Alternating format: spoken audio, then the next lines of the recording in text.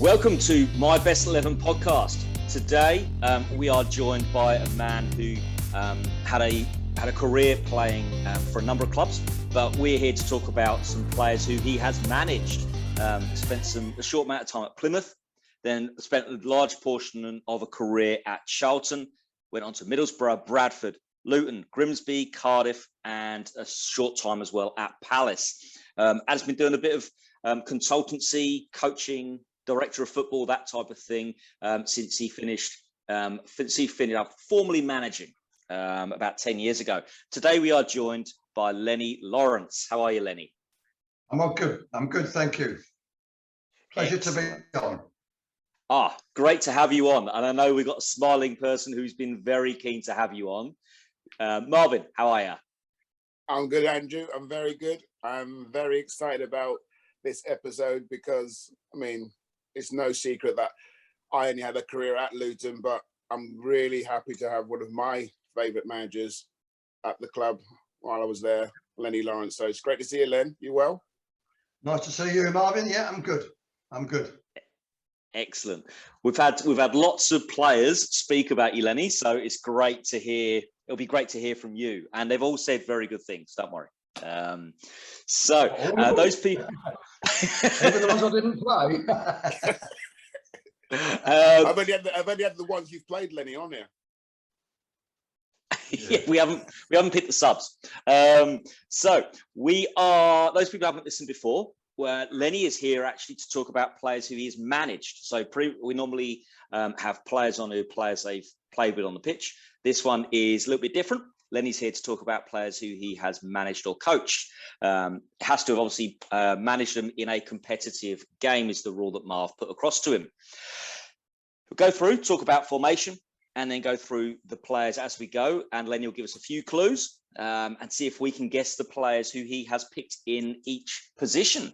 So we'll start off, Lennie, with your formation. What's the formation you're going to go for? And just talk us through your thought process.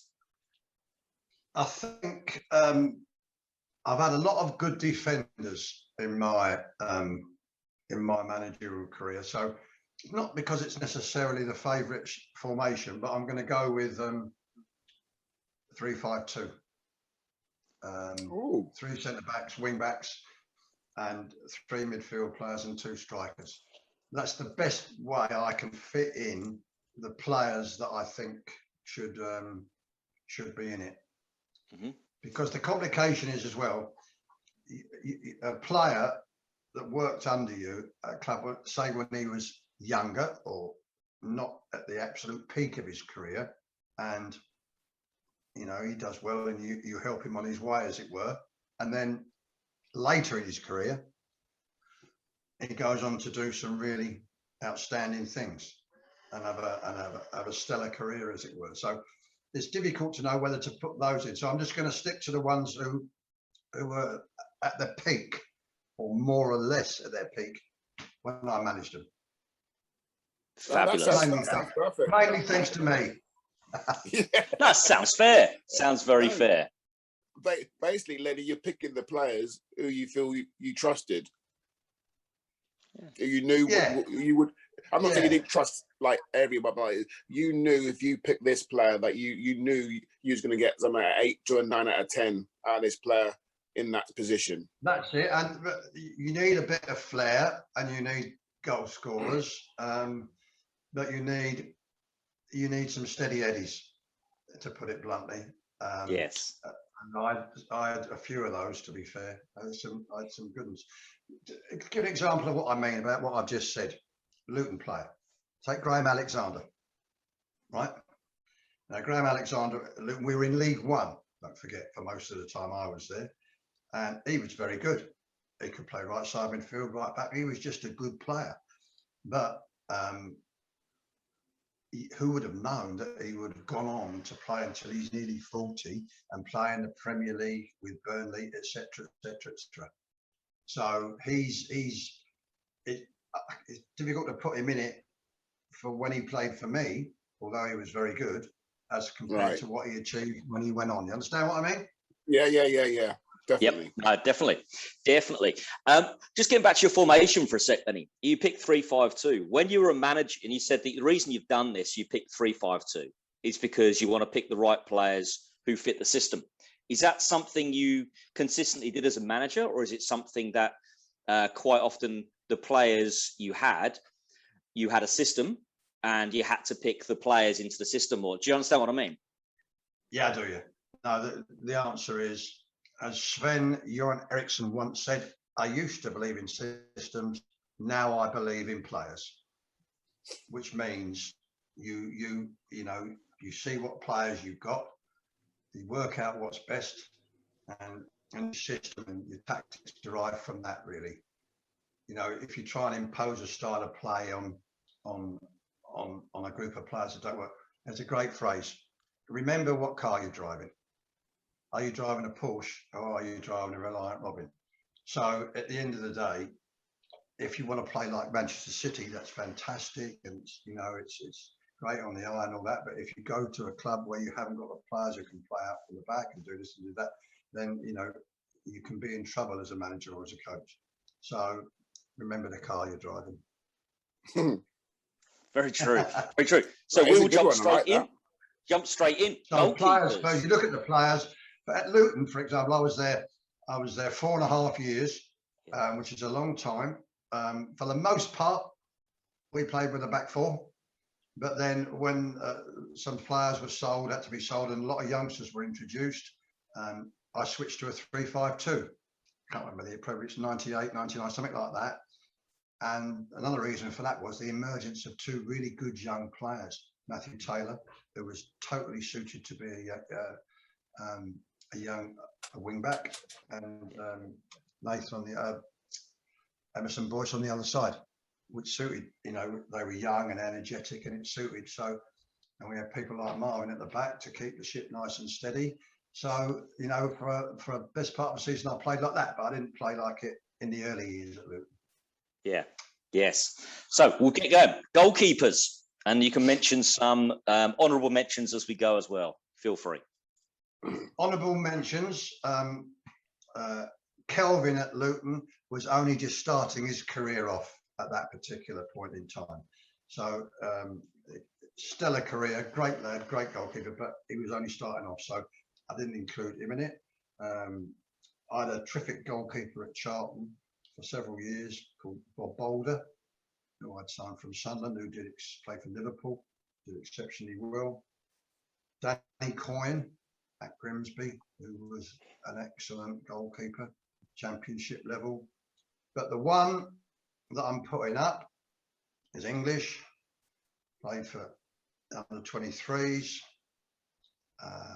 His son is a goalkeeper at the current at this point in time, not for the parent club, as it were, but his son is a goalkeeper, and I believe in that particular era I'm thinking about, early 90s, he was one of the very best goalkeepers in England.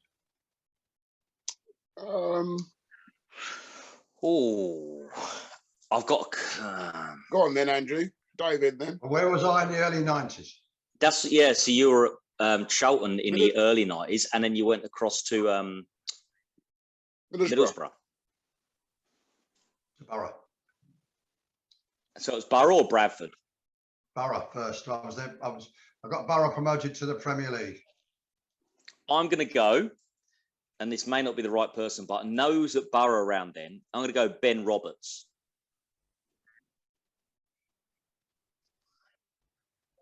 No, he was very good, but that was later on and mostly after I'd left. Oh, right. Before Ben Roberts. Or was he there?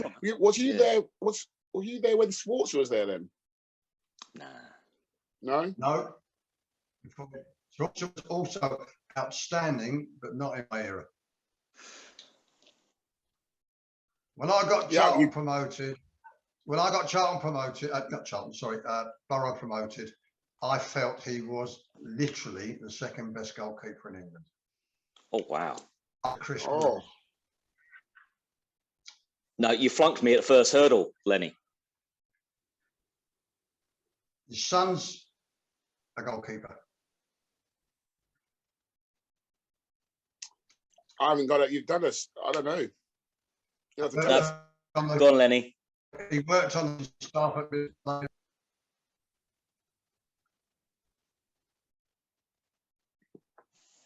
Am I going to have to help you boys out?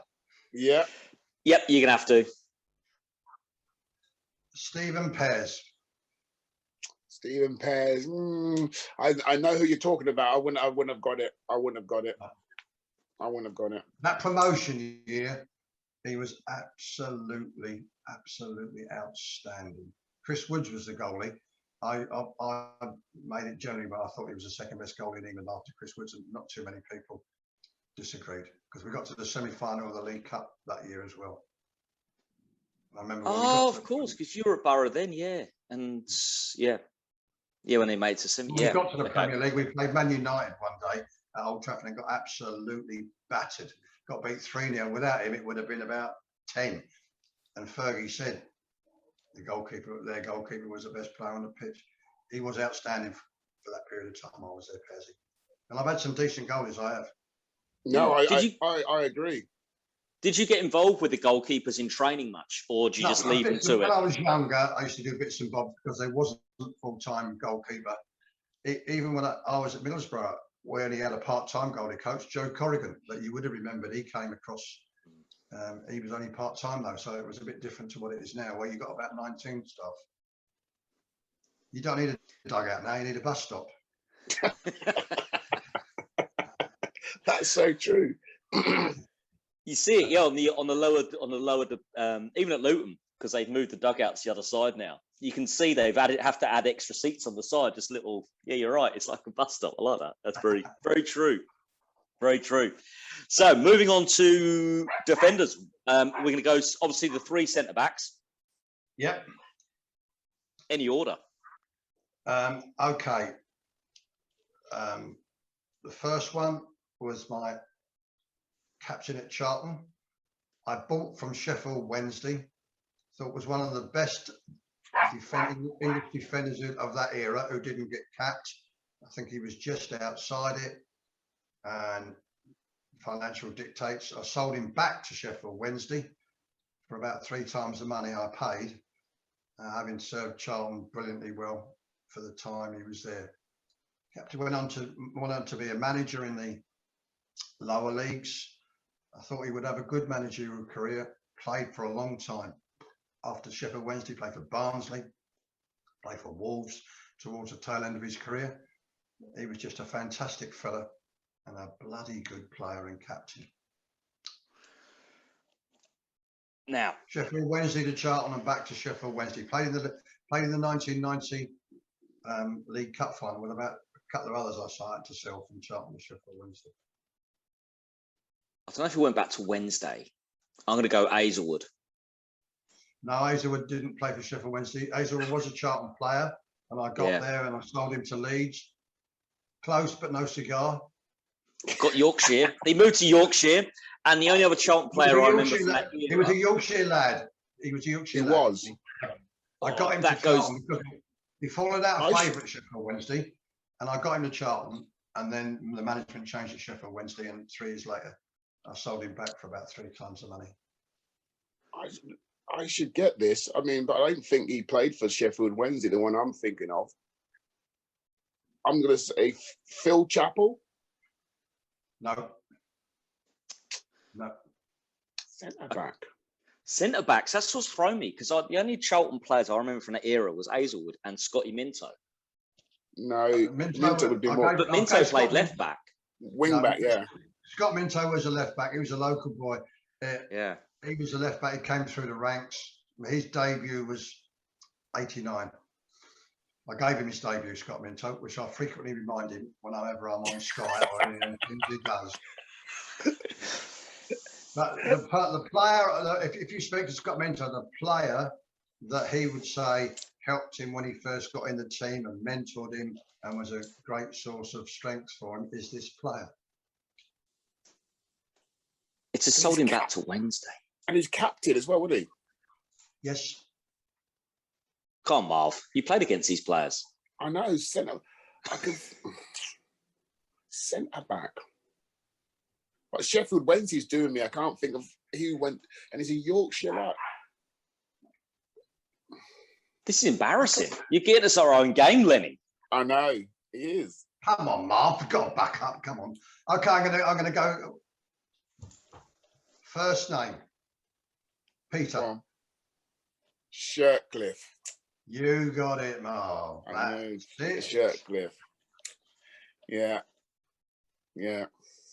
He was in Sheffield Wednesday's team from a young age. He fell out with Al Wilkinson. I bought him for 125 grand when we first got up to the first division at Charlton. Yeah, the first division at Charlton. He was fantastic for me, instrumental in us staying up. And then I had to sold him back to Sheffield Wednesday to Ron Atkinson for about 750 grand. They did well again. They got to the League Cup final in 90, I think it was. And then he played there. He played at Barnsley. He played at Wolves.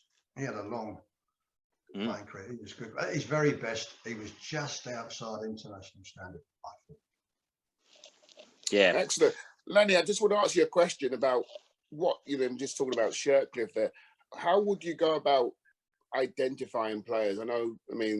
There's a lot of recruitment and scouts in today's game. I'm sure there was players back then who were scouted, but resources would have been very minimal, I suppose. It was contacts and I used to, it's different now. It's all analysis now. They've got scouts looking at screens and I get that. I understand that, but no. When I was at Charlton, I'd train in the morning and I could easily get in my car and drive up north and watch this player. That's how I did it. Now, I had 2 or 3 scouts as well. Right. No mobile phones. Used to stop at the services about 6 times. I had a season ticket for one service station. That's how you did it. You went. You physically. I think it's still important even now. You physically went to watch the player and you made inquiries about his character and all that. When I was at Charlton, I couldn't afford it. I used to specialise in people that I thought were genuine first division players, but had fallen out of favour at their clubs. Right. I'll tell you another one in a different position. He's not in the thing, but he was also a very good player. Remember Colin Walsh? Yeah. Forest? Yeah. Yeah. He fell out with Cloughie about something or other, and I got him. And he played for he played for Charlton for long after I got. He played for 9 years. Really? Left footer, wasn't he? Left footer. Predominantly left footed. Got him because he fell out of favour. So that's what I used to do then, and I couldn't believe it when I got Shirty, and he was perfect for us. He just did absolutely fantastic. Yeah. That's one. Now the second one, you better buck up. Come on. So I know. I'm ready now. It's early. It's still early over here. It's 7:20 in the morning. I'm still waking up. The second centre back is somebody I took to Charlton on loan, went back to his parent club. I got there. Irish, played for Ireland. Went on to play for Manchester City. I sold him for big money to Manchester City.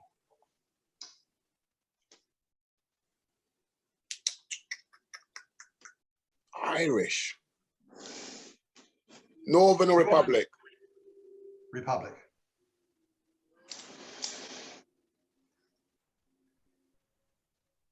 Big money. What was the fee? In that era, in 1992 or 1993 /4, in that time, 1.7 million. Oh, that's big money. That is big money. Oh.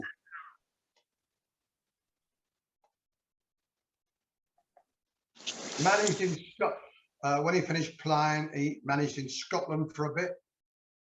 Don't know what he's doing now, but managed in Scotland for a bit.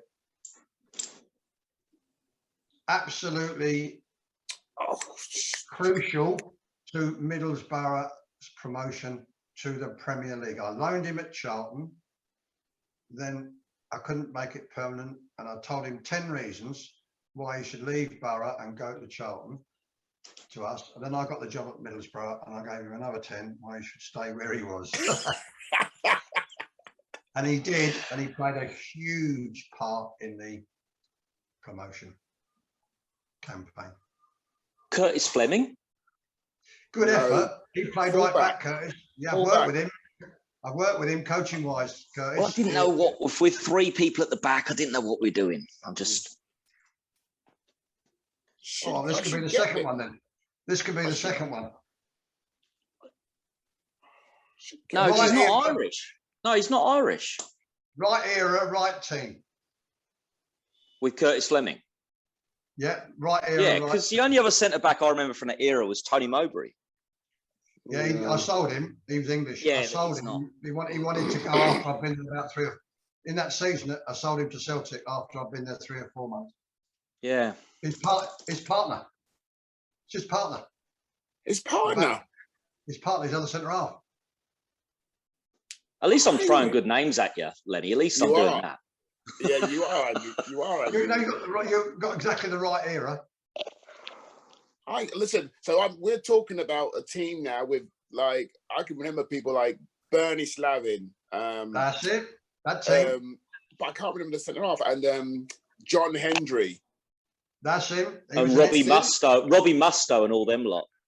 He was in it. Yeah. But the centre back. As Tony Mowbray was sold about 2 or 3 months into the season, he stepped up massively and was a huge, huge influence on proceedings. So much so that eventually he got that big move.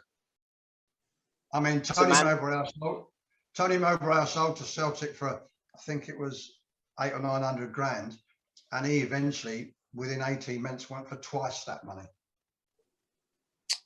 I'll be kicking myself. I can't think of it. I really can't. First name, Alan. McKennahan, is it? Yeah, McKennan. Alan Kennedy. Again. See, once you give me the first name, I can get that. Did he go to Bolton as well or not? No, he didn't go to Bolton, did he? He's what? Sorry. Did he go to Bolton as well? Bolton? No. Maybe, yeah. I can't remember. Possibly, yeah. Alan. Possibly. He played for Ireland when Jack Charlton was a manager. He did. Yeah. His circumstances were absolutely unique because his grandparents were born before Ireland was divided. So strictly speaking, he could have played for Northern Ireland or the Republic. Strange. Oh.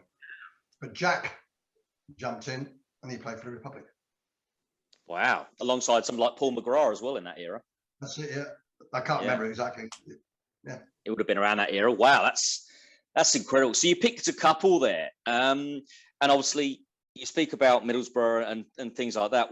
We actually asked some people some questions, if you don't mind. So we've got a couple of questions from our listeners. And one question is that around that era, when you obviously left Middlesbrough and then you went to Bradford and then to Luton, was from Chris was, do you ever regret leaving Bradford to come to Luton, considering you swapped leagues? No, I mean, I didn't so much. It was we were doing all right. It was strange, Bradford. When I went there, they were halfway up League One, and when I left, they were halfway up League One. I didn't get on with the owner. It was, managing him was 70% of your time. Never mind managing the players. Yeah, the one thing I did do there, which made a significant impact, was again talking about centre halves. But this lad was at the very, very start of his career, and went on to be a great player. He did. I sold Dean Richards, God bless him. Wow. He was a young player at Bradford, and I sold him to Wolves. I loaned him first and took a chance of blah, blah, blah. And Graham Tull eventually signed him, and he went on to play for Southampton and Spurs and died tragically young. So that's about the only thing I did at Bradford, really. But it was a sort of a mutual parting of the ways. We weren't doing very well, and the owner said to me, "What shall I do now?" I said, "Well, you can either wait another month and see if it picks up, or we can call it a day now." And that's what happened. And then Luton came out. In fact, Luton was a strange one because I thought Mike Walker was going there. Remember Mike Walker, Norwich? Yeah. That was a rumour. That was a rumour. he'd been interviewed, and he was in prime position. So when I got interviewed, and apparently what happened was, Leicester was up as well. So Matt Walker said to him at Luton, is it all right if I just wait and see what happens at Leicester, or words to that effect? So they went, bosh, and that let me in. So I had an interview with David Kohler and the other ones, and the rest is history. Wow, that's I don't regret leaving Bradford. I mean, no disrespect to Bradford, good club, but with that was the worst. I should have waited longer when I left Middlesbrough. Bradford was, I knew after 3 or 4 weeks. If you're a manager, you go into a club, and depending on results, but you know more or less straight away. Thought, no, this is not this is not me. And the owner the same. The owner knew. He said, no, but we had to get on with it, which we did for 18 months. No damage done, and Dean Richards sold. So I don't regret leaving there and going to Luton, but I do regret going to Bradford in the first place, because it wasn't right for me at the time. Thanks for the honesty. Yeah. It's great to hear. Anyway, we'll keep going, and I'm sure we'll get some other stories, and I'll pop in some other questions. So, centre backs. The third centre back. Now, Marvin, you can't answer this. So this centre back was bought from Burnley to Luton, not by me, sold back to Burnley by me for the same money, and had a terrific playing career just outside the top flight. And I replaced him as assistant manager of Bolton when me and Dougie went there after Palace in 2000. Andrew's got this one. This was easy. This one was easy. I've written it down already. Andrew, if you don't get this, you're sacked.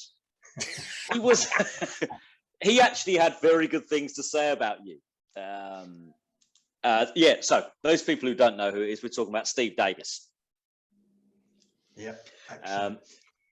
Great player, great man, and great personality. Correct, on all 3 counts. The good thing about him was he was strong, a good organiser. He talked a bit on the pitch. When he played, the back 4 was 10 yards further up. He was. Well, Marvin played with him for a long time, so he knows better. And he was good. He was also good on the ball. Very good on the ball. He had that big diagonal, and he had a good passing range as well. And unlike most centre halves, and unfortunately I have to include Marvin in this, if you were desperate for a goal towards the end of the game and you wanted to send your centre half up there, he obliged often, many times. He could take a goal, that boy. He could nearly have been a centre forward. No, I agree. His feet weren't quite quick enough, but he could nearly have been a centre forward. But he was just a good man. He was like a lot of their players, just good people. Yeah, they were. There was a lot of good people there, and he was certainly. I've still got memories of drilling that back 4 every Friday morning before we played. I remember that. Mitchell, left back, Marvin, Steve Davis, Julian James before he got tragically injured, Graham Alexander sometimes. Good people, good back 4, good, very good. Was that something, Lennie, was Sorry? that something you did?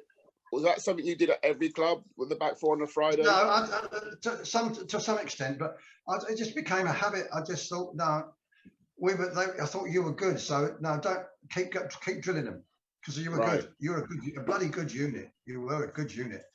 So, if we could have scored more goals, who knows what might have happened? But there we are.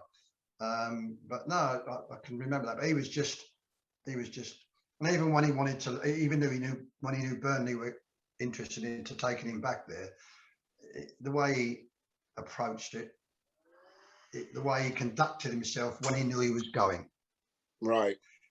That was the key to him. He said, "What's happening?" I said, "You're going to play probably 1, maybe 2 more games. Make sure you do it right, and then you'll be going." That was the conversation, and he did. He did. Yeah. He did it. He did it. There's a saying, about leaders on the pitch. There's a saying: managers do the right things, leaders do things right. Now, Steve Davis was a leader on the pitch. and he did things right. He conducted himself, everything. Top man. I have to take you back to that season, Len, when to be honest, for me, we should have gone through against Crewe those 2 games. I mean, that was just like, I remember, I don't know what you can remember of it, but I remember I missed the first leg at Crewe. At Crewe, we had, what happened at Crewe was we got injured, we got battered at Crewe, but we only lost 2-1. Yes. We should have been 4. I think, what was it to come off? That we had got injury hit before the game, during the game. We just ran out of players, really. We only had about 13 or 14 I could pick from if we were generally going to do it. Then in the second leg, we came out the traps like a house on. We were 2 up. We did. Yes. 2 up. Yep. But you got to remember, I think that's Crewe's best ever team. You think who was in that team? Danny Murphy. Yeah. Elvis Wally. Yeah. Adibola. To name but 3, all who went on to play at a much. There's more than that. I can't remember the rest of them. There was. They went on to play at a much higher level, and they won the final easy. So we could have done, and we might well have done, because earlier in the year, if you remember, they had a couple sent off when they came to Luton. We beat them 6. If you remember. Yeah, I know. Yeah, a big thing was we called him the Beamer. Dwight Marshall was a player who did he get injured? I'm not sure if he got injured. I think he got injured. I can't remember. I can't remember if he got injured during that second game or he couldn't play. I can't remember now. Right. Or did he? No, he wasn't quite fit and he came on and he missed a chance right at the end. I can't remember now. Something like that. But yeah, that was probably the season where I probably remember the most, where I was involved in a Luton team. Because obviously I had my fair share of injuries, that we were close. And I remember Thorpe going to the stupid the final and was a guest in the game. They played Brentford, didn't they? They played Brentford. I couldn't watch that game. I didn't want to watch that game. I just thought, nah. Interesting times.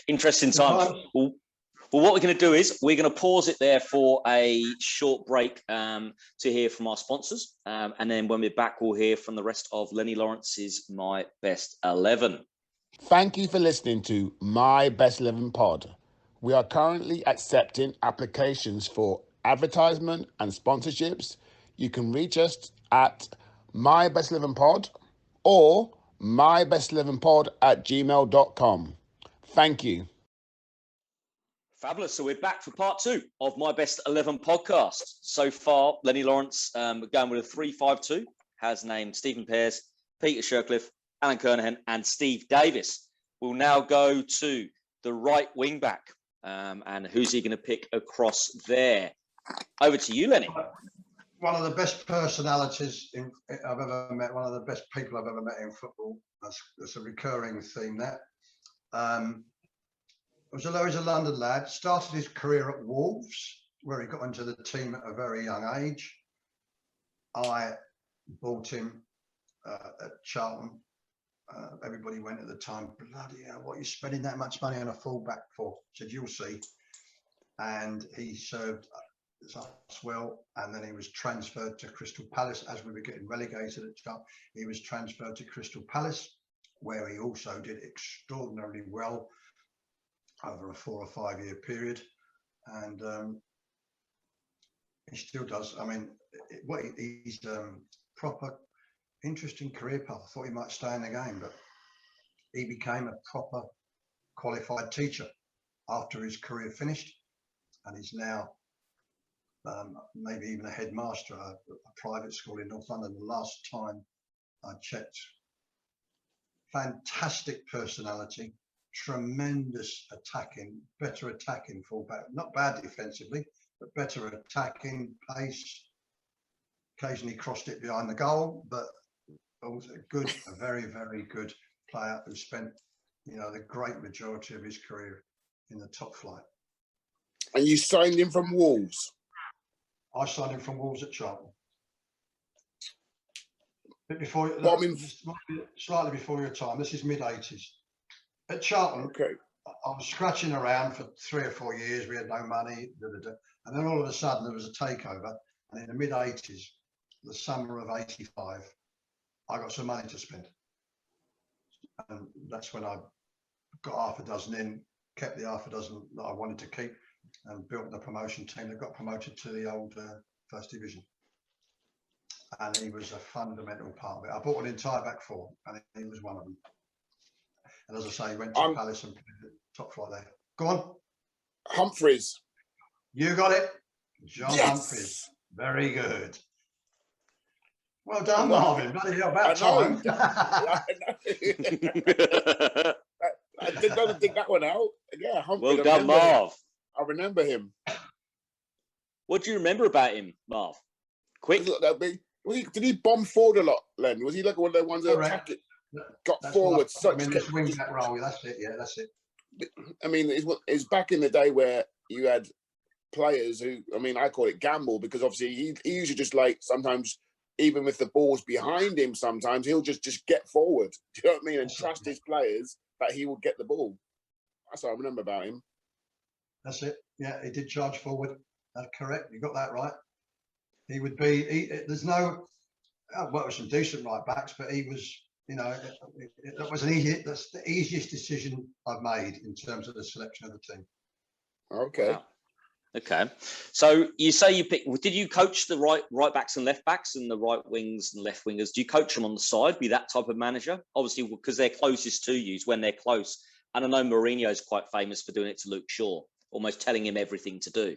Or did you just stand back and let it happen? They were mature players. With John Humphreys, it was just whether.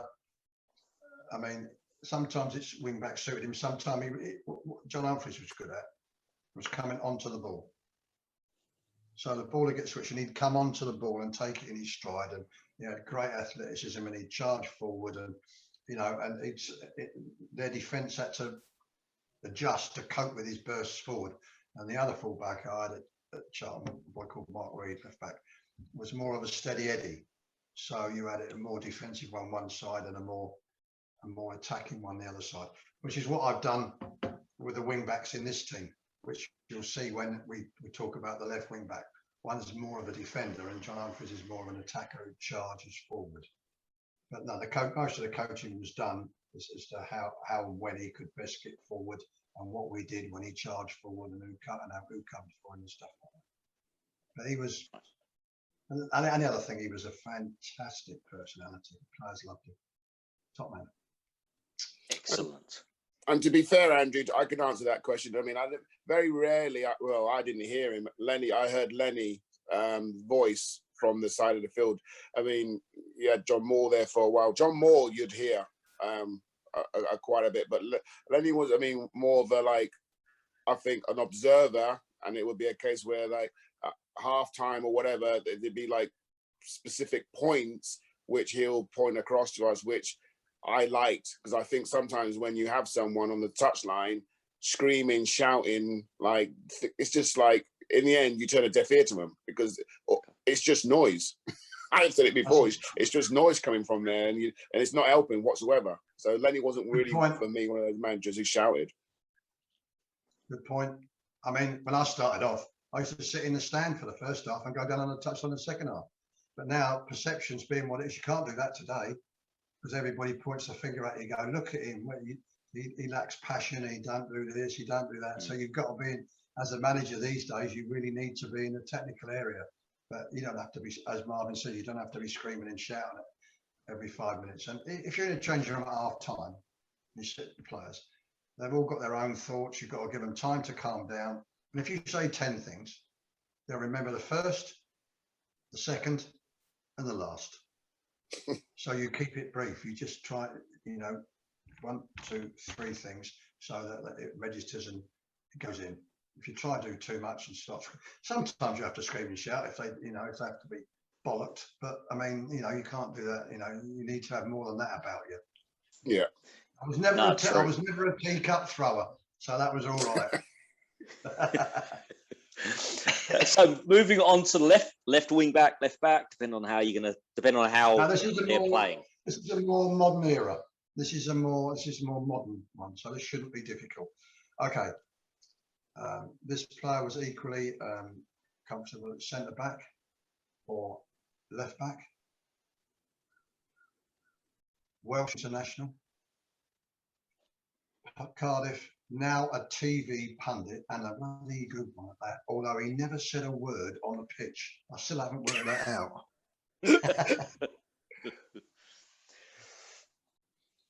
Welsh international, TV pundit.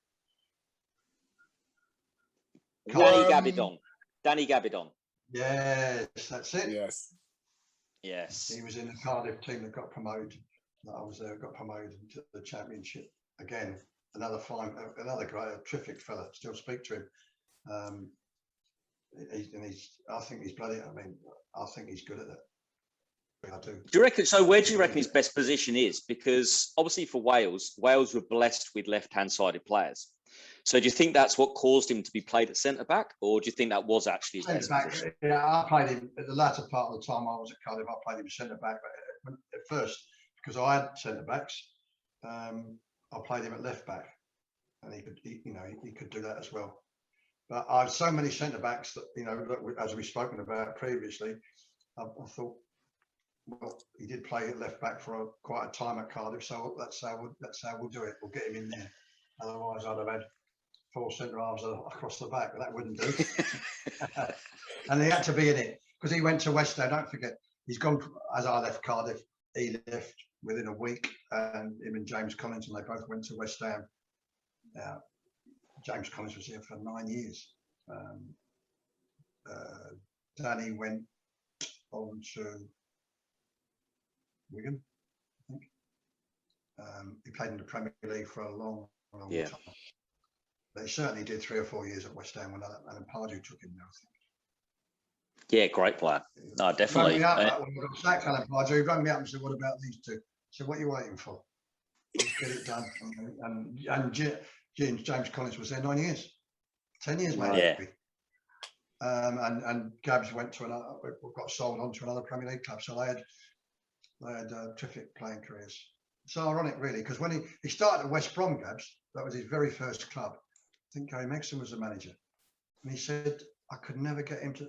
Meggo said I could never get him to say a word. He never said a word on the pitch hardly, and now he's a TV pundit. And he's unreal, isn't it? Unreal, that isn't it? Amazing. You look at some players and you think, oh yeah, he'll be a manager. He'll be if he wants to, because other people, it never crosses your mind, and they do it. Strange one. Who's the person? So, who's the ex-player then that you thought would become a manager that hasn't? I was about to say that. I was just about to say that. Screamingly obvious from what I got from when he was in the dressing room. He was in there with the players. If he weren't doing very well, he'd dig people out. He didn't care what they thought of him. He was single-minded. He was a very good player himself, but he used to call him Granny because he used to moan and nag on it and all that, but he didn't care. You could tell if there was it. But the other one was shirtless, and he did a bit at lower levels, but it never really worked. But Kirbysley was they're going to name the stand after him. I did a streaming things for Charlton recently. They're going to name a stand after him at Charlton. Bloody right and all. I said to him, when you starting work on my statue?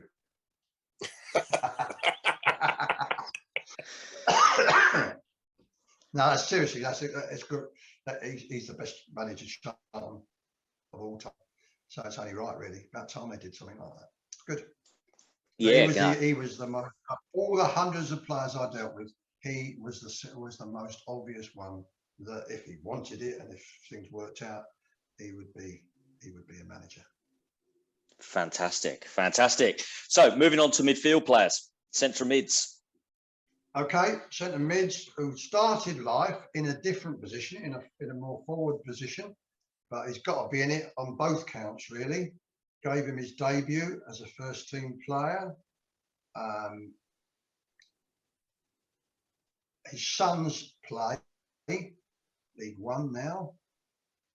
Played for England. and was a folk hero at Newcastle. Yep, got it. Go on then, Andrew. Rob Lee. What? Robert Lee. Rob is Lee. right. Yeah. Yes. Yeah, Rob Lee. When he was younger, he was a front player, and he did well enough when he was at Charlton to be in the team there, because you could see what I tried to buy him when I went to Middlesbrough, but Kevin Keegan intervened at Newcastle, and that was me cooked. So he said, "Oh, I'm worried about the distance. It's too far from London to Middlesbrough." So hang on, did you do geography at school? Newcastle's 40 miles further on. So it was a lure. To be fair, it was a lure of Kevin Keegan. It was an absolutely right decision for him, because look at the career he had. Yeah. How he never got in that Euro '96 final squad for England, I will never ever know. He got ditched right at the end, didn't he? You know, when they came back from that, he got left out of the final squad. I could not believe that, but hey. They made it to the semis. They didn't do too bad as a squad, but I know what you mean. Yeah. But even if he didn't play in the team, I thought he was extremely unlucky not to be in the squad. But there you go. But the move to Newcastle, 10 years, wasn't he? Yeah. Must have been about that, yeah. So, you know. Did he finish his career back down south at West Ham? Or am I imagining that? Yeah, I think so. His sons were at West Ham. One of his sons is at one of his sons was at Luton, I think. Yeah, both of his sons were at Luton. Both of them were. They're not there now, or they might. No. One's out on loan, I think. One's at Gillingham, I'm sure. One's in Scotland. One's at Oxford, so I was getting confused. Elliot's at Oxford on loan, and Ollie is up at Hearts. Right. Okay, I lost track of that a bit. Good players, I'm sure, but not as good as their dad. No, he was a good player, very good player. Time on the ball, always looked like he had it, Lennie. Sorry? Did he always look like he had time on the ball? Rob Lee, always at a young age. When he got in as a front player, you know, he was the. Tell you a story. Playing in one of them, you know, them cup games for whatever it was in those days at Selhurst Park, and he used to wear contact lenses. And it was getting important if we qualified out of our group or something if we won this game. So anyway, he had to come off because his contact lens fell out and he couldn't see. So I said to him at half time, "Right, Rob, you got a spare contact lens, haven't you? So you can go back out." I went, "Oh yeah." I said, "Good." He said, "It's at home." That's not really. So he couldn't go out for the second half. So I gave him a little bit of a bollocking about that. But he was very good when he was young. You know, he played as a sort of a deep line striker, and he could break forward, he could break wide. He was just a good player. He knew he was going to do stuff. In fact, I was quite surprised that he stayed at Charlton as long as he did. You know, really, because he didn't leave until he was 27. He was still at Newcastle when he was 36. Yeah, I think. Yeah. Just going to chuck another question in there from some fans. Nick Verney said, when you left Luton, which we're going to get onto in a little bit. When you left Luton, you said you were disappointed as you had some other players lined up. That's what your quote was saying. Who were they, if you don't mind? I'll say it now. I had one in the office. What was his name? Centre half. He went to Portsmouth. And he'd started at Charlton. Brian's gone. I can't remember. I had him in the office at Luton.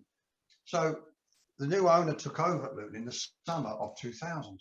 And we'd done all right. You know, we were halfway up League One, and we had a lot of young players. And people don't forget, people say at Luton, I developed relationships with a lot of the players like Marv. That was great. But I had I made a 5 million transfer profit, not turnover, profit from a League One club 20 years ago. That was the legacy. That's what it was, and left some decent players behind. You know, Steve Davis, Thorpe. Can't remember if we sold Thorpe. Sold a boy, Evers. You remember him, Sean? Yeah, Sean Evers went to Reading for big money, didn't he? To Reading for 500 grand. He never surfaced. Never surfaced. No. He never surfaced. When we went into administration, Wilmot and When we went to Kelvin Wimbledon. to Wimbledon. Yeah. You know, all sorts of people. And Did he sell Matt Upson? Was it Matt Upson? Did he sell Matt Upson? Sold him. I knew Arsenal were interested because of that his connection with that. It used to be the manager at Luton for a bit. Terry Wesley. That's it. So anyway, 2000, the new owner comes in. Watson Chalice, old boy. So he said to me, blah, blah, blah. I always remember the phrase. He went, "It's me and you against the world, sunshine." That was his favourite phrase. I went, right, so I went off. I was on a course or something. I went off and I came back, and then his financial man came in and said, "Thank you very much, but we've decided to dispense with your services," or whatever it was. I can't remember the phrase he used. So I thought, okay, I was surprised. I thought, wonder what you're going to do now. And I'd had a boy in there. I can't remember his name, a centre half, great lad. He went on to play for Portsmouth and do really well. He was in the office 2 days before, ready to sign. I was all ready to rejig it and get it and try and make a promotion challenge again. Now what he did was, he'd been a supporter for years, as Watson Charlie remembered. And in the 1980s, Luton had a seriously good team. You know, the cup final team and all that. Yeah. So he went and got Ricky Hill to be the manager. Lovely man, wonderful player, but no managerial experience whatsoever. And he went and got his assistant, who I gets to do stuff on the course. Again, very good, Chris Ramsey. Yeah, his assistant, very good coach, very good. He's at QPR now, does a terrific job. You know, I like him. He's very good. He is, but for whatever reason, I don't know, it didn't work, and they got sacked halfway through that year. And Joe Kinnear came in on some sort of preposterous money, and eventually they got relegated to League Two and then got back out and So that's the story of the departure. The timing of it, I nearly got sacked a couple of times during my time at Luton when we weren't doing very well, but the timing of it did take me by surprise a little bit. But then again, when the ownership changes, then you know that as a manager that you're more than 50-50 likely to be moved on. Yeah, no, I agree. And the other quick, while we're on that topic, is there was also a quote which you may want to talk about or may not want to talk about. There were a number of quotes that came out about Luton, again, at the time, saying that Luton fans should be happy playing Division 2 football. Was that correctly quoted? Did you say that? Yeah. I can't remember. It may be, because what I'm saying, you see, what you're battling against at Luton is tradition. So in the 80s, Luton had a cup winning team. And when I can remember going there with Charlton in the 80s, what a team. What a team. Yeah. Outstanding, whether they had a plastic pitch or not. So you're battling against that, but you haven't got a fraction of the resources to do it. Every time I had to sell a player every 5 minutes to keep us going. 5 million transfer profit in 4.5 years. You wouldn't want to sell any of them. So I guess that's what I meant. You know what I mean? The situation that the club was in, we're a selling club at that time. I'm doing as much as I can. We should just be happy where we are. I'm producing players. I'm getting a chance. Half the time they're getting sold. Look, Matthew Taylor went to play. He was sold to Portsmouth after I left for 400 grand. He played in the Premier League. Boyce spent years at Wigan, didn't he? Yeah. In the Premier League. Yeah. Legend. Just to name but two. And I never looked at new players most of the time. I just put another young one in the latter years. And because I had a good nucleus of seniors like Marvin all the way through, we got away with it. We did it. But there was, I spent some money, not particularly wisely, I must say, in one or two instances, but a fraction of what we brought in, and I would say that's what I meant. But that would have got the fans the need of that, because it goes against their conception and and tradition of what they thought they thought Luton was a Premier League club, temporary in League One. I'm saying, no, this is where we should be based on the resources we got available. Yeah, no, thank you for answering that. It's something which people have asked us to ask, so I really appreciate No wonder your I honesty. got some stick. Lennie, did you get any offers for me? Sorry? You get any offers for me? Any offers for me? No. I can't say, Marvin, it might upset you. Because he ain't going. No, He ain't going. listen. We'll keep going. Go on. We'll keep going. We'll keep going across midfield to save Marvin's blushes. Okay, another Listen, midfield player. Also Irish. I gave him his debut as a young boy at Middlesbrough. Bumped into cross swords with him again at Cardiff, where he was the captain, massively influential player. When he left Cardiff, went on to play for Wigan and Sunderland, and also played several times for the Republic of Ireland. Had a brief spell in management. I think he's an agent now. Big mate of Curtis Fleming's. Midfield. Who incidentally, we digress, who incidentally is another top man, Curtis. Worked with him at Palace and Bolton on the staff. Very good man. Anyway, we digress. And this player you had him at where? Where was he with you? I gave him his debut at Middlesbrough when he was 18. And then when I got to Cardiff, he was the captain, instrumental part of it, Irish international, went on to play for Wigan, Sunderland, maybe others, but also played at Stoke under Lou Macari before he came to Cardiff. Graham Kavanagh. Well done. Well done. Yes, well done. Well done. What a player he was, by the way, Lennie. He was a real good top. I got one right anyway. He was, yeah. He was. He was a great player. He was. Sure.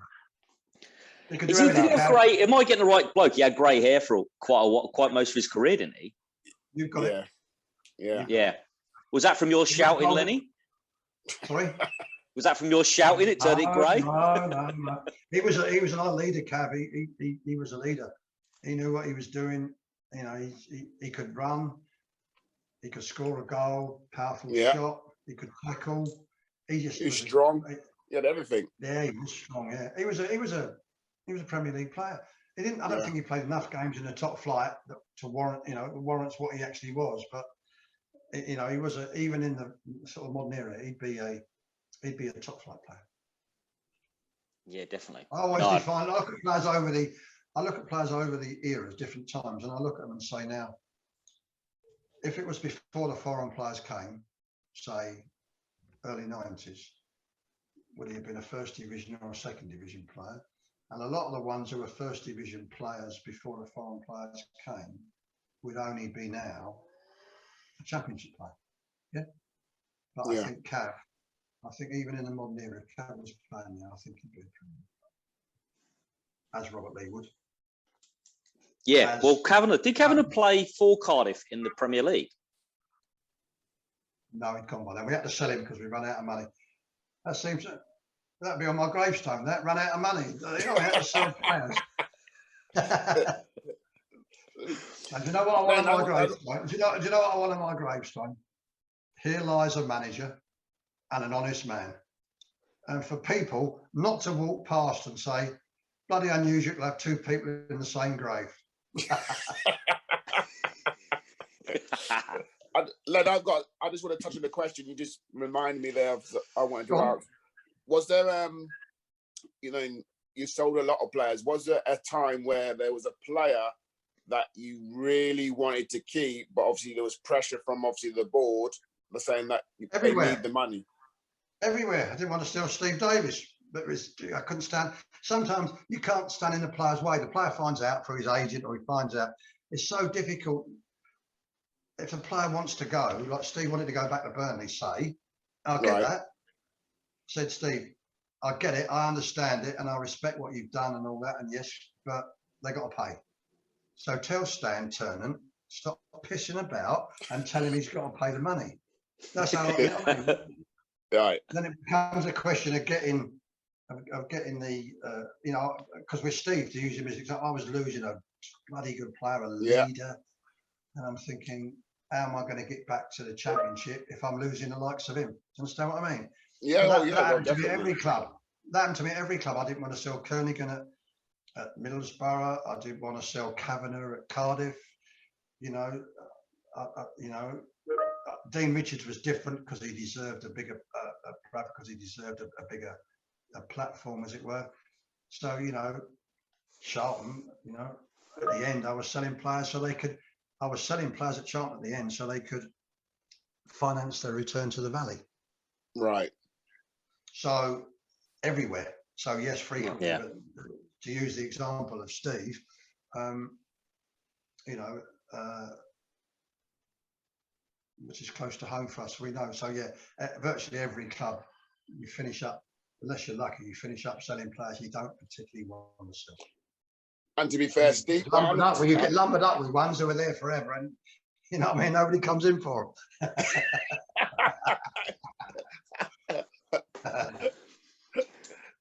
Are you going to name any of those? Me. No. I wouldn't change my career for the world. Like I said, I mean, sometimes I look back and I think I was at one club, Lennie, for in total now, including my coaching years, 22 years. That's something I look back and I'm think, well, do you know what? No, I didn't get a big move or whatever, but your career is what it is. At the end of the day, I'm happy. I've enjoyed. I don't have no regrets. I'm happy that I had the career that I did in the game, and then also had a coaching stint at Luton, which took me on for 22 years, which probably wouldn't or won't be like passed by anyone now in today's game. Let me tell you something, Marvin. The likes of Luton, and indeed most clubs, won't see the likes of you again. In terms of loyalty. In terms of loyalty and commitment to the cause. And falling over. that was part of the plan, Len. That's what I'm saying. That was part of the plan. Yeah. No, seriously, they won't. Honestly, they won't see a lot of you again. That's such an exceptional thing. It is. No, it is. So moving on to the other central midfielder or attacking midfielder. How are you? Attacking midfielder, because only so this goes back again. I signed this person from QPR when I was at Charlton. He was 30 plus, which is unusual for me. He played for Charlton previously, very, very well known, got transferred to Crystal Palace for nearly $750,000 a long, long time ago, late 70s, big money. And eventually, after he finished playing, I brought him back to Charlton as a coach, scored goals, made goals, was a prominent member of the late, the sort of Hales and team of the late 70s. I had him there in the 80s, obviously, and even at 30 plus was still a very, very good player, one of the best technical players. And what he could cross, pass, and most of all, he could take a goal, great football intelligence, and he became a good coach. Very, very good coach, bright. I fell out with him in the end, but there we are. But he warrants the place because he could break forward from their left midfield. And this is what era? What year? This is late 70s, early 80s. He was with me at Charlton. Late 70s, early 80s. First as a player, then as a coach. Have you got it, Andrew? Remember? Nah. Sorry. No, go on. I wasn't even born. Involved in a famous spat. Derek Hales was a famous Charlton player, out and out striker. Scored a lot of goals. Moved to Derby. Came back to West Ham. When I got to Charlton, he was back there. Him and this person had been involved in a famous spat in a cup match when they were playing for the same team. Charlton. Might be a bit beyond, might be a bit too far back for you. I think it is, Len. When did you start? When did you start, Marvin? 85. You probably wouldn't. 85. You probably would have. He played in the Charlton promotion team, fundamental part of it. Mentored Robert Lee very well. No, gone. Hold on. Ooh. Is it Irish. are we talking like Keith Jones time? Who? Charlton, Keith Jones. Remember him in the midfielder? Was he there when he was there? Name, yeah. I can't remember that how that would fit. It's a hard one. This, to be fair, I've given you some easy ones. This is a hard one. Go on, good go player. on. Seriously good player he was. His sons have managed in non-league. That probably wouldn't register with you. Go on. Let us know who it is, Lennie. Go on, give us a name. Played for Vanderbilts at QPR. No, not Gregory. No, in that era, but not no. Not Stainrod. Mike Flanagan. Oh, Mike Flanagan. I know the name, Mike Flanagan. It might have been a bit early for you, that one. No, I remember him, Lennie. I remember him. He was a good player. He was a good player. Bloody hell, he was. Okay. He was a good player. Fantastic. Yeah. Fantastic. Moving on to strikers, centre forwards. Okay. Two strikers complement each other perfectly. One target man type striker. I signed him at Middlesbrough. He had a long career, played for many clubs. I took him from Luton's rivals, Watford. One of the best signings I ever made. He played in the promotion team. Stayed at Middlesbrough after I went. Played for Barnsley, at Millwall, and had a short spell, which I organised at Luton on loan. On Luton on loan? In the late 90s.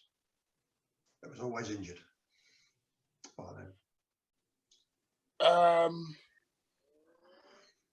Was in the team at Grimsby, who were in the Championship then, at 17. Went to Everton when that wonderful team at Everton that won the Cup, European Cup Winners' Cup. But he went there when he was only 18 or 19, got transferred there, but he couldn't break in. Also played for Forest, for Brian Clough. Serious playing career. I'm going to say, I don't remember him and Lou. What's his name? Wilkinson. Yes, well done, Marvin. Done, Marvin. Paul Wilkinson, yeah. Paul Wilkinson. Wilco, yeah. Did he come to Luton? Yeah. I thought he did. I'm sure. Now, I can't swear on that. I'm sure. He might have done. I think I'll take you at your word, Lennie. I'll take you at your word. I can't be. I thought I might have loaned him briefly, but it didn't last very long. I can't remember. I can't be certain. I've got it in the back of my mind that I did, but the rest of it's factual. I mean, he played he got 24 goals in the Middlesbrough promotion to the Premier League, and he was the best defensive header as well with set plays. He was outstanding. Him and Bernie Slavin played together. Yeah. He was very good. Did you always like playing with a target man up front? Was that always your aim to have a target man and a fast man, big man, little man? No, that wasn't always, but I thought we needed it in that time. We needed it, and he fitted the bill absolutely perfectly. So it was a long, protracted thing to get him out of Watford. Bloody hell! One of the most complicated deals I've ever done. I took him and Willie Faulkner, who was a very good midfield player, and a boy called Trevor Putney went the other way, and some money, quite a bit of money. So I got one out that I wanted out and two in that I wanted in, and the rest is history. Excellent. And Paul went on to play Last for striker, big teams. the last Yes. striker is a Welsh international, Cardiff. Broke the goal scoring record at Cardiff in one of the years I was there, just like Thorpe did at Luton. Played for Wales from a fairly young age. Played for West Brom. Yeah. I got it. I know it, but I can't think of his name. He's a great. I reckon he is so underrated. This bloke. I really think he was really underrated as a striker. He's finished playing now, but he's involved in coach education, so that's picked up with him again. But he would have to be. You know, he had 4 or 5 clubs. Played in America played in Canada for a bit, Vancouver. Wasn't he injured on and off quite a bit as well, which really kind of stunted his career? Sorry? When he was at West Brom, didn't he get injured quite a bit, which kind of stuffed his career a little bit? Well, that may well be the case. I can't. Yeah. Yes, he was sold to West Brom. Another one that had to be sold up. He was the last person you wanted to sell, but had to be sold. Yep. I can't think of his name. I know who you're talking about. Quick. Small. Really quick. Small. Yeah. Quick. Yeah. First name Robert. Yes. Earnshaw. Absolutely. That's it. Absolutely. That's right. it. I couldn't think. I could see him, but I couldn't think of his. Couldn't think of his name. Just couldn't think of his name. That's it. Robert Earnshaw. Yeah. That's it. Very good. He was a good player, but a real good goal scorer. Yeah, fantastic goal scorer. He's one whose instinct you trusted. Like if you had the corner, say you say to some players, well, start there and then pull off there, and you just let Ernie. You just he appreciated that as well. He followed his, you let him follow his instinct. He knew. He knew. And he had a difficult upbringing. He was at Cardiff as a very young kid. Got in and around the first team quite young, but then he wasn't playing regular. So he went to. He's 18 maybe at the most. He went to Greenock Morton in Scotland on loan to get games at his own instigation. And he came back, and he's been at the hard way, that boy. But he's another one. He's done a bit of TV punditry as well, and he's also good. Yeah, he is very good. From what we see over here. Fantastic. Excellent. So that is your 11 best players, Lennie. I'm going to mention my sub. I'm going to mention my subs. Go on. My subs are as honorary captain, ready to step in. Marvin. Definitely could fit in that system. Left foot on a 3. Ready to step in. He's definitely one. Derek Hales, I've already mentioned at Charlton. Dean Richards at Bradford, I've mentioned, who was only a young player when I was there, but had an absolutely illustrious playing career. And as we said, died tragically young. A boy called Peter Thorne at Cardiff, who was Peter Thorne, pound for pound as good as anybody in the air I worked with. He was another great lad and a good player. Goalkeepers I've mentioned, Thorpe at Luton, who broke the goal scoring record that year, that 30 goals. And Graham Alexander at Luton, who was good then, but remember, he played at Burnley until he was nearly 40 in the Premier League and became the penalty king, and is now, I bumped into him a couple of times, he's just become a manager and is now a manager in Scotland. Motherwell, that's correct. Yeah. Motherwell. And the other one is Kerbishley, who we've also spoken about as well, who had a lot of injuries when he was with me as a player, but what a leader. What a leader he was. He was massively influential in the dressing room and on the pitch. Fantastic. That's my collection, Marv. That is my collection. That's learned that, and I mean this. I mean, to get them the subs bed, because I mean, you must have come across thousands of players. So that in itself is a great achievement for me. So I'm patting myself on the back. You're on the bench. You're there, Marv, because of your integrity, your trustworthiness, your training properly, and just being the best you can be, professional. You fell over a bit much. Not apart from that, he was lovely. I did fall over a lot, Len, but that's probably because I was involved in most of the action. That's probably why. You're only going to fall over him if you're not. You're not going to fall over if you're not involved in the action, Len. That's all I say. Correct. No, I seriously, all those other comments, that's facetious, that about falling over. All the other things I mean sincerely. I do. Top professional. No, I appreciate it. And like I said, I mean, coming towards when we used to love it, we Steve and I talk about it quite a lot still. Sometimes, again, Andrew, like Lennie used to, like after a weekend, we used to come in on a Monday, myself, Steve, Mitchell, and all that, and go say, right, you free, you can go on the bike. You just go on the bike and just have a little like it's the first sort of point I thought man management. I didn't realize it was man management at the time, but back then it was like, oh my gosh, it's like though we were in, we weren't like off, but like it was like a day off sort of thing. But we were you saw us, and I thought, do you know what they call it now, Mark? Do you know what the modern term is for that? Second day recovery. That's what they call it. That's what they call it now. We were 25 years in front of our time. It's true. It's true. I wasn't going to give you the time off because you can't split the squad, so you've got to give everybody off. So you've got to come in, and also not you, but there's a danger if you do that. People go out for a drink on a Sunday and all that. So, but that's how you did it. You just, you got them in, but it was a light session. You didn't. Steve's big boy. He didn't need, he didn't need to be hammered 5 times a week. He just needed to be trained enough, Yeah, good. I've forgotten that. Good point. Second day recovery, Mark. That's what they call it. Second day recovery. See, like you said, you were ahead of your time, Len. You were ahead of your time. Fantastic. And the last question, which we actually 2 questions I'd like to ask, just finishing off, is for yourself, Lennie. Obviously, both Marv and myself are Luton fans. What was your most memorable Luton game and why?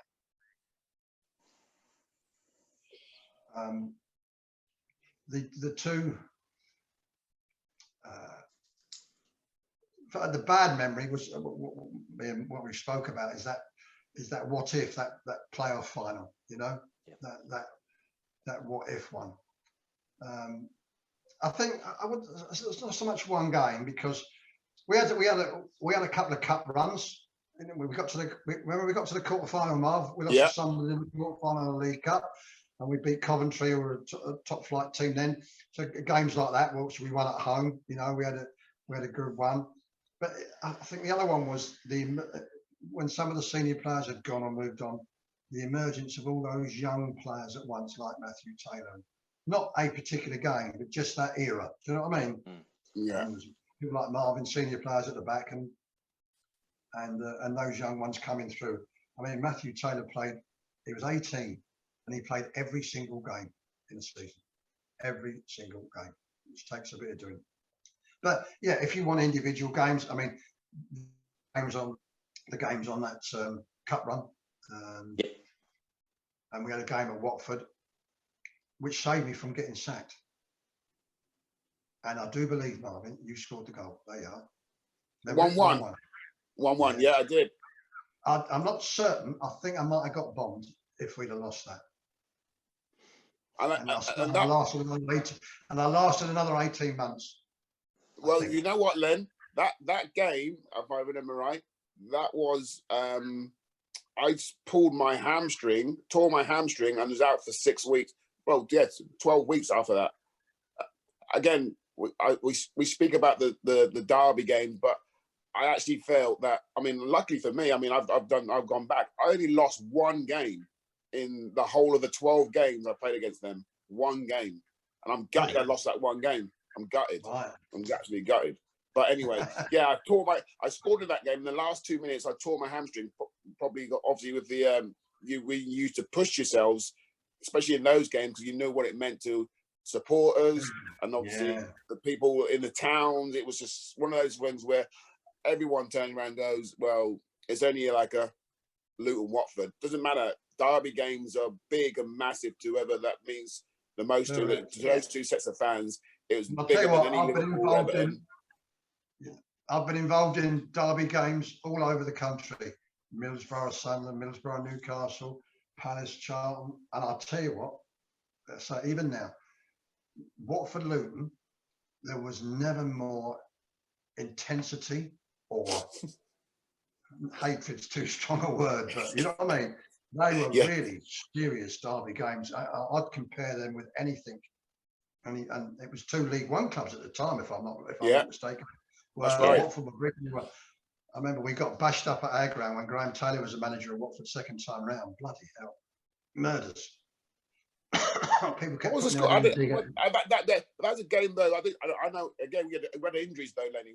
Again, I didn't play. Was that the one where we got 4-0? I had a spell. I had a spell at Luton, probably around that time, where I've managed about 1,100 league games, and I had an injury situation at that time that I never got anywhere near as bad in any of the clubs I managed that.